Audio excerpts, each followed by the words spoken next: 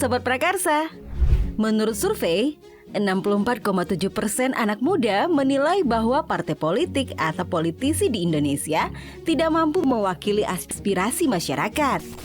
Wah, jangan-jangan di masa depan akan jarang ada anak muda yang mau terjun ke dunia politik. Politik itu sebetulnya adalah kehidupan kita semua, keseharian kita. Saya pakai konsepnya Hannah Arendt, seorang filsuf Jerman yang mengatakan wherever you go, you will be a police. Kemanapun kamu pergi, kamu akan menjadi bagian dari polis atau negara. Kamu mau ngerti, nggak ngerti, kamu tetap bagian dari negara. Kamu mau peduli, nggak peduli, kamu tetap bagian dari negara. Nah, pertanyaannya, apakah kita mau jadi objek politik atau mau jadi subjek politik? Itu penting banget. Nah, seperti yang disampaikan Bu Rika, menjadi subjek politik artinya kita punya kendali atas masa depan bangsa ini. Dan salah satu tempat untuk memulai adalah melalui organisasi kampus. Lihat deh, apa yang dilakukan Feral dan teman-temannya di BEM. Mereka adalah contoh nyata bahwa anak muda bisa menjadi bagian dari perubahan nyata.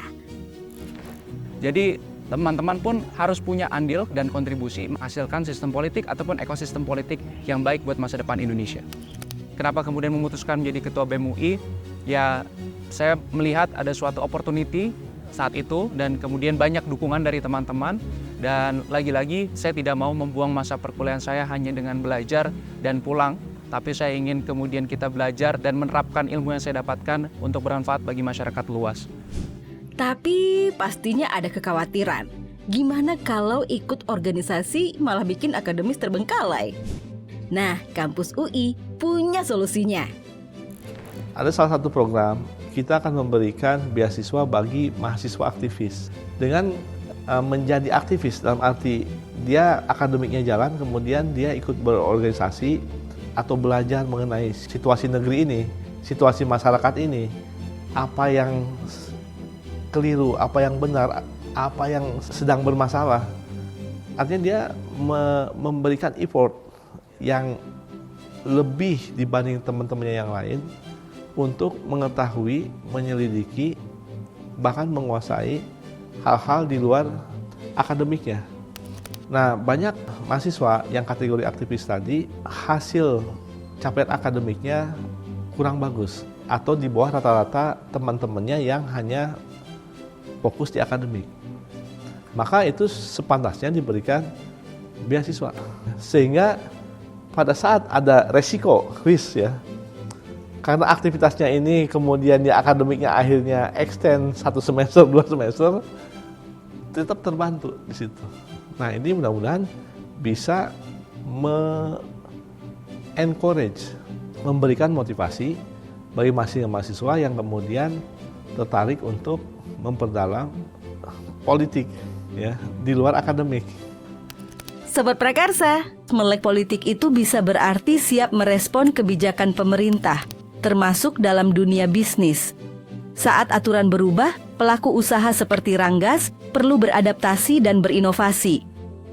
Kalau berdasarkan pengalaman saya, bisa ada bersinggungan dengan politik gitu, karena pas COVID itu mungkin aku punya satu startup namanya Goers gitu di ticketing management system. Kalau boleh cerita dikit, dulu tuh banyak venue-venue attraction tuh mungkin kalau kita masuk gitu ya, pasti sistemnya bayar cash gitu.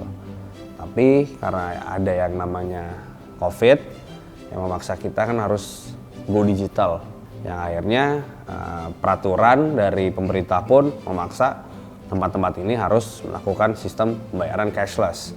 Akhirnya disitulah kita masuk dan akhirnya kita mendigitalisasi venue-venue attraction supaya pembayarannya cashless. Sampai sekarang pun akhirnya venue-venue attraction pun sudah terbiasa dengan yang namanya sistem digital gitu. Sebagai anak muda, gue salah satu mungkin dari perwakilan entrepreneur muda. Kenapa kita harus melek politik? Karena ya banyak keputusan-keputusan ataupun kebijakan-kebijakan yang dikaji atau yang dibuat oleh pemerintah yang harus kita kawal dan harus kita mengerti. Karena ketika kita ingin berbisnis, menjadi pengusaha, tentunya kan masih banyak step-step lah ya yang di-create oleh pemerintah yang kita harus lihat tuh apakah itu menguntungkan pengusaha atau malah sebaliknya. Ternyata menjadi subjek politik nggak harus selalu di panggung besar. Bahkan dari lingkungan sekitar, kamu bisa ikut berperan. Seperti yang dilakukan oleh Pak Bambang di Kampung Gelintung. Pak RW ini sukses mentransformasi kampungnya menjadi destinasi wisata edukasi yang terkenal hingga mancanegara. Prinsip saya membangun itu mulailah dari diri sendiri. Mulailah dari yang paling gampang dan kerjakan. Yang pertama, saya berikan motivasi pada warga bahwa yang bisa merubah wajah kampung hanyalah warga kampung itu sendiri. Saya punya prinsip, Allah tidak akan merubah nasib sebuah kaum kalau kaum itu sendiri tidak mau berubah. Ini fondasi dasar untuk kemandirian. Yang kedua, saya berikan contoh yang gampang-gampang. Dengan orang kampung jangan terlalu banyak teori. Yang gampang yang bisa mengikuti. Yang ketiga, susunlah cita-cita bersama. Saya ajak mimpi warga kampung. Saya bilang pada warga kampung 12 tahun yang lalu, kelak kalau kita berhasil membangun kampung, kampung kita akan jadi kampung wisata yang go internasional. Inilah proses socio engineering. Inilah proses revolusi mental yang saya lakukan di kampung saya. Buat kamu yang mungkin merasa kurang minat ikut organisasi atau nggak punya banyak waktu, jangan khawatir. Lewat media sosial, kita juga bisa kok ikut menyuarakan kepedulian kita terhadap nasib bangsa ini. Politik adalah cara mengabadikan diri demi kepentingan orang banyak. Apakah melulu dia harus jadi politisi? Enggak. Semua rakyat itu sebenarnya dia bisa melakukan perjuangan politik. Sekali lagi pilihannya, apakah kalian mau jadi objek saja atau mau jadi subjek? Kalau saran si akunya, Desi, yuk mulai sekarang jadilah subjek menentukan keputusan-keputusan politik. Lewat apa kalau gitu Tante Oneng? Lewat gerakan politik di media sosial bersama Gen Z, love kesayangan. Nah, saya lagi berjuang sama teman-teman Gen Z.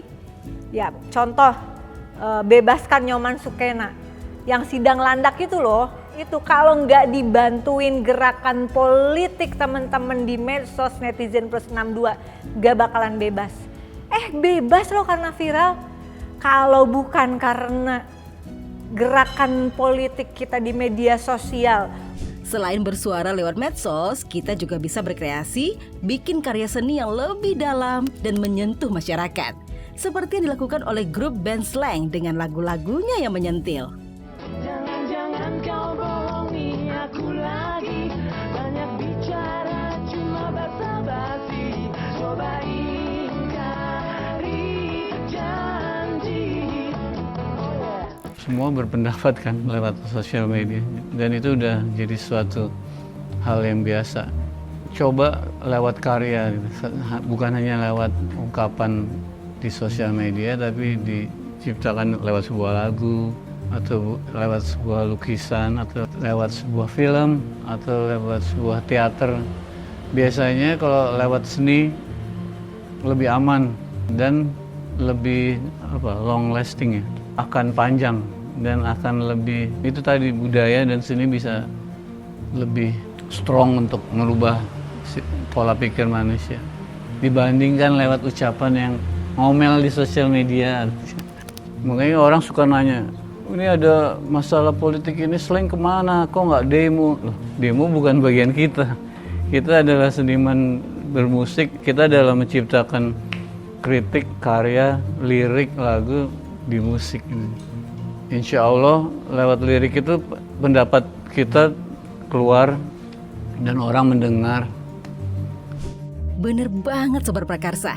Ada penelitian dari University of California yang bilang kalau karya seni, karya musik, film, atau lukisan itu punya pengaruh lebih kuat ke emosi dan pola pikir kita dibandingkan dengan obrolan biasa. Kenapa? Karena karya seni bikin kita terlihat secara perasaan dan lebih bisa nyambung sama pesannya. Gak cuma itu, menurut studi dari Journal of Psychological Science, orang yang sering melihat karya seni yang punya pesan sosial atau politik ternyata jadi lebih peka dan bisa memahami perspektif orang lain. Apapun caranya, mau lewat organisasi, media sosial, atau seni, yang penting kita semua harus melek politik dan jadi subjek yang aktif dalam menentukan arah masa depan bangsa. Mulai dari hal kecil, mulai dari sekarang. Kalau bukan kita siapa lagi? Kalau bukan sekarang kapan lagi? Sampai jumpa di episode-episode menarik lainnya hanya di kanal Prakarsa.